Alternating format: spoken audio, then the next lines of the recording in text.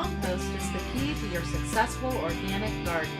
Whether you use a classic 3-bin system, a smaller enclosed bin, or something of your own invention, the basic process for building your own pile is the same. Hi, I'm Terry Allan with Seeds of Change, and today we're here with Patrick Laherty, a really great organic home gardener. And he's going to show us just how easy it is to make your own organic compost.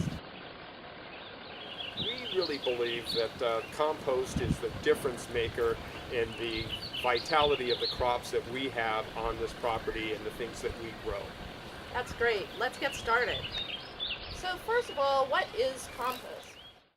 Compost is a rich, earthy material made up of leaves, grass clippings, and whatever you have from your garden. Oh, it's full of worms, soil-dwelling insects and bacteria, and they do the job of breaking down all of these natural materials to make the rich compost that keeps our gardens growing.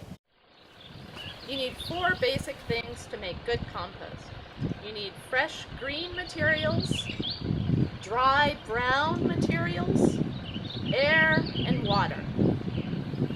The minimum size for an effective compost pile is 1 cubic yard, which is 3 feet by 3 feet by 3 feet.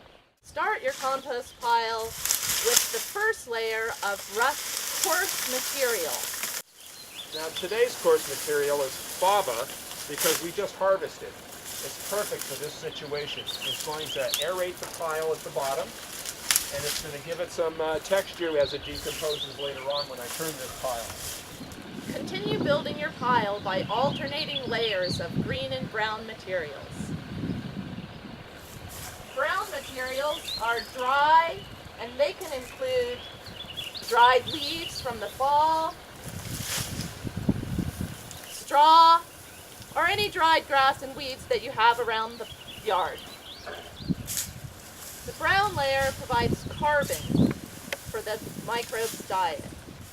When I put my compost together and layering it, you can see the fava at the bottom, and we've got our brown layer going. I like to have the brown layer, or any of the layers, to be somewhere between 3 and 4 inches. Start to make your shape, because it's very important to make sure that we get all the way out to the edge with this, so that we don't start getting a pyramid instead of a cube. After each brown layer, we need to sprinkle it with a little bit of water so it's not so dry. Just like humans, microbes like moist but not too wet, and then air. After the brown layer, we're going to put on a green layer. Your green layer can include green weeds or grass from your garden. It can include old food scraps. Ew! And it can include animal manures, like horse manure. Even though this looks brown, it's really wet and full of nitrogen, so it's considered part of the green layer. Well, we finished up our layers here. We have our first brown layer and our first green layer. But I really want to make a mention of the fact that when I put on a green layer, it's not nearly as thick as the brown layer.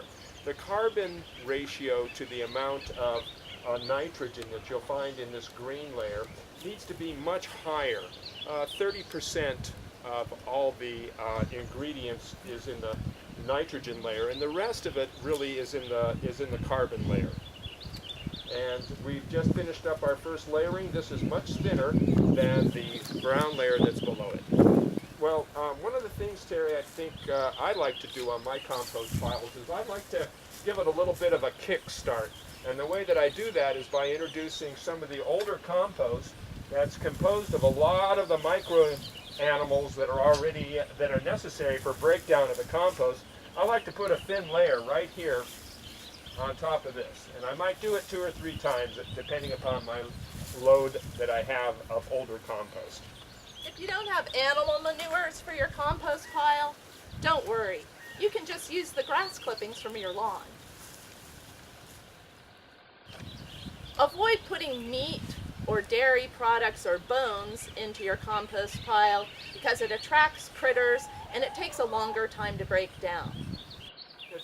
I found that it's best to keep the pile warm and moist, and the best way to do that is put an insulating layer, and straw is a great insulating layer. And I do want to mention that you notice that we're in the shade, and there's a reason for that, besides being convenient and being able to work in the shade, is that the sun beating down here can really dry out your compost pile, kill the critters, and render it a long time to turn into compost. So pick a spot in the shade and you'll be a lot happier about things. Making your own compost is easy. This pile took us just about an hour to make. It's free and it's the best gift that you can give to your soil so that your garden will grow healthy plants for you and your family. Thanks, Patrick, for all your tips and showing us how to do this. It's been a pleasure, and hope everyone out there gets an opportunity to do what we've done and feed your plants the best thing that you can, compost. For more great organic gardening tips, visit seedsofchange.com.